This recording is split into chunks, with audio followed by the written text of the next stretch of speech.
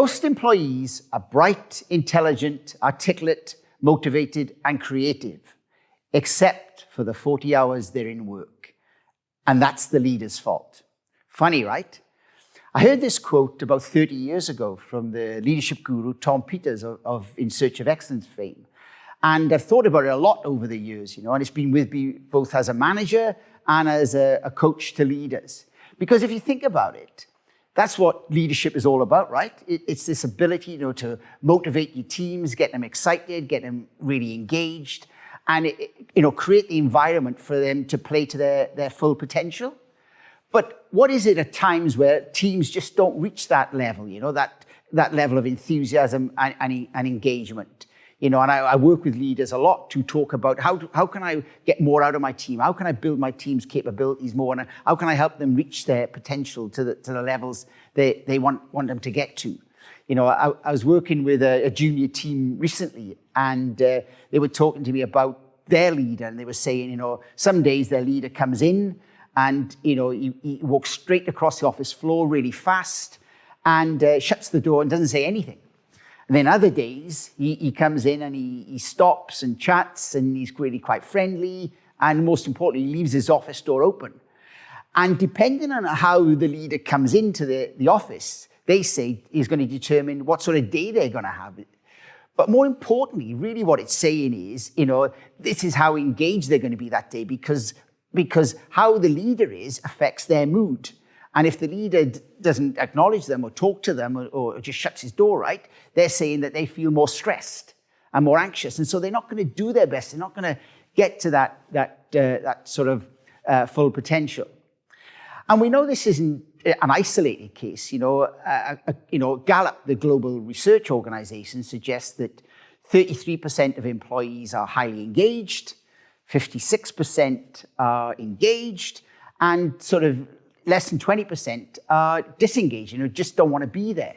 And indeed, since the pandemic, this idea of quiet quitting has grown, where people are just turning up at the office or at their work and just going through the motions and not really enjoying what they're doing, to their maximum. And some reports suggest that level is over 60 to 70%. So we know that this is a growing phenomenon. And across the last 10 years, levels of stress have gradually increased both in the workforce and across the community generally. And in 2022, the World Health Organization said that 83% of employees had been affected by some form of stress from their workplace the previous day. So we know that this is commonplace. So there's a lot to play for here, right, as the leader, in terms of what can we do as leaders to get the best out of our teams. So what's driving this sort of increased levels of stress and anxiety that we're seeing both in the community and in the workforce generally? Well, obviously since the pandemic, that was a big driver in terms of the levels of uncertainty and volatility that we experienced, through that period. And I like the term that's been used to describe today's business landscape, the VUCA world. I'm not swearing at you, that is a term. VUCA, volatile, uncertain, complex, and ambiguous. And it's a military term. It actually comes from, I think, the war theatre, if you like, that has been increasingly applied to the business landscape. Because, you turn up for work, you've got this plan for the day, and then what happens is things change, and then you've got to continually adapt to what you're doing to cope. And the VUCA world isn't a great place if you're a control freak. And if you want total control over what's happening in your world, then the VUCA world is going to play havoc with that, And if you think about it, in a VUCA world, you've really got to be a bit more sort of nimble and adaptive to be able to sort of work with it and adapt to that. And of course, if you're stressed, then you're not going to really have that level of flexibility and adaptability that we need really to sort of be able to do that in the best way possible. In a recent Harvard Business Review article, front page in fact, Harvard identified what they called the busyness trap. And this is a real response, to leaders and their teams to the VUCA world, where because of the volume of things that we have to do, and I don't know if it's going to be a surprise to anybody, but you can't possibly do everything you want to do these days. We've got to get much better at knowing what's most important and priorities.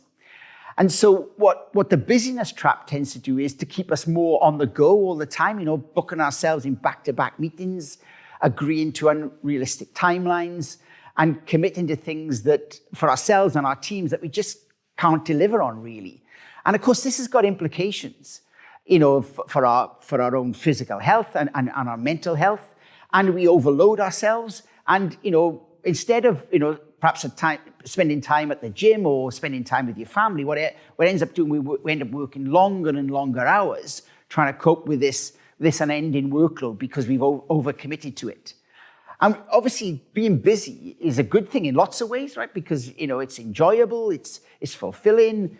It can be if you get it all done, but if you don't get it all done, it's very unfulfilling. But nevertheless, we commit to this.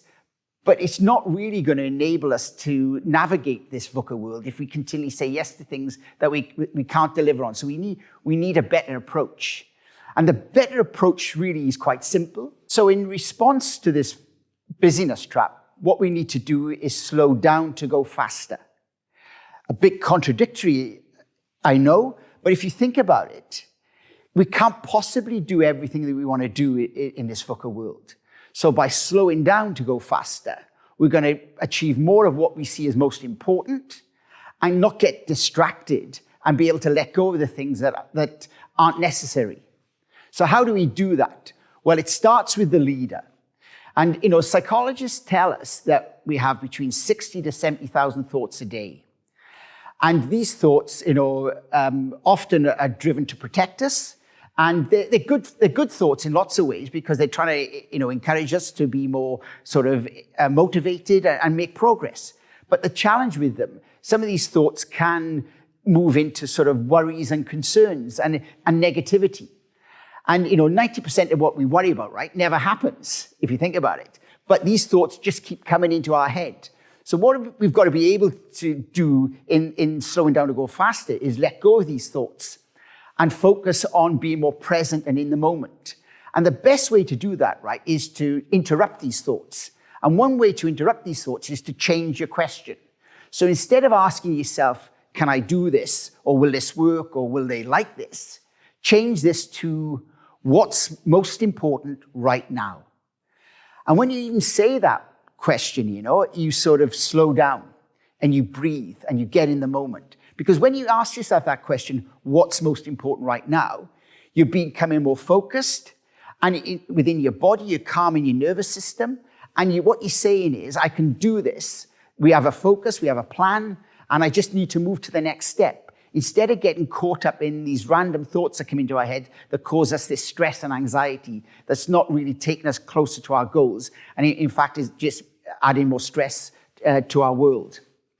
So that's key for the leader then. What's most important right now? And I'd encourage you to use this question several times a day. Whatever you're working on, is this the most important thing? And focus most importantly on what the answer to that question is. And once you're able to really be more present and more in the moment, what you'll see is you're more approachable to your team because you're calmer and you've got much clearer idea of what's necessary and not only what you need to do, but what you want your team to do. And when you become more present and more approachable, what happens with your team? They improve particularly in two significant areas. One of those areas is around connection, and the second one is around more clarity. So let me talk about connection for a moment. So what I mean by connection is, we feel more open, more vulnerable, more able to relate to each other. Because the leader has a big part to play around connection, and stress is really toxic for connection. So we want to get rid of the stress so the teams can better connect.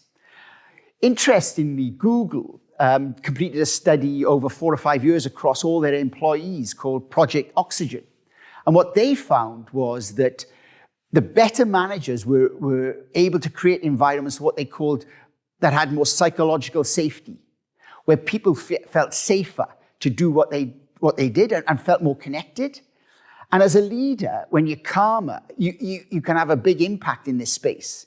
And we make our environments and our teams feel safer in 4 particular areas.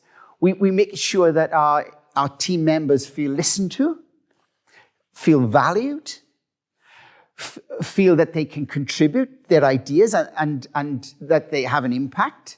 But most importantly, we make it safe to challenge and make mistakes and know that there are not going to be any repercussions. And when, as leaders, we create an environment where our teams feel they can do that, they become more vulnerable and more open, and they become more engaged, and they enjoy themselves more, And particularly we've seen since the pandemic, hybrid working, where we're not seeing our teams as often, has led to more transactional behaviors, the remote working and the impact of that.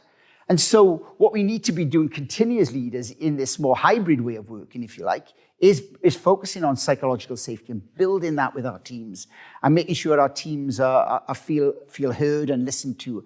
And the manager one-to-one check-in on a regular basis, on a weekly basis, is key for that. Imagine this, if you could, an island of tranquility in a sea of chaos. When you've got your team really connected, there's lots of chaos going on outside of the team. But when you bring that team together, there's a level of calmness and tranquility where you can really have the conversations that matter in an open and free way. And then you go back out into that sort of sea of chaos, and that you feel more motivated and more engaged to do that.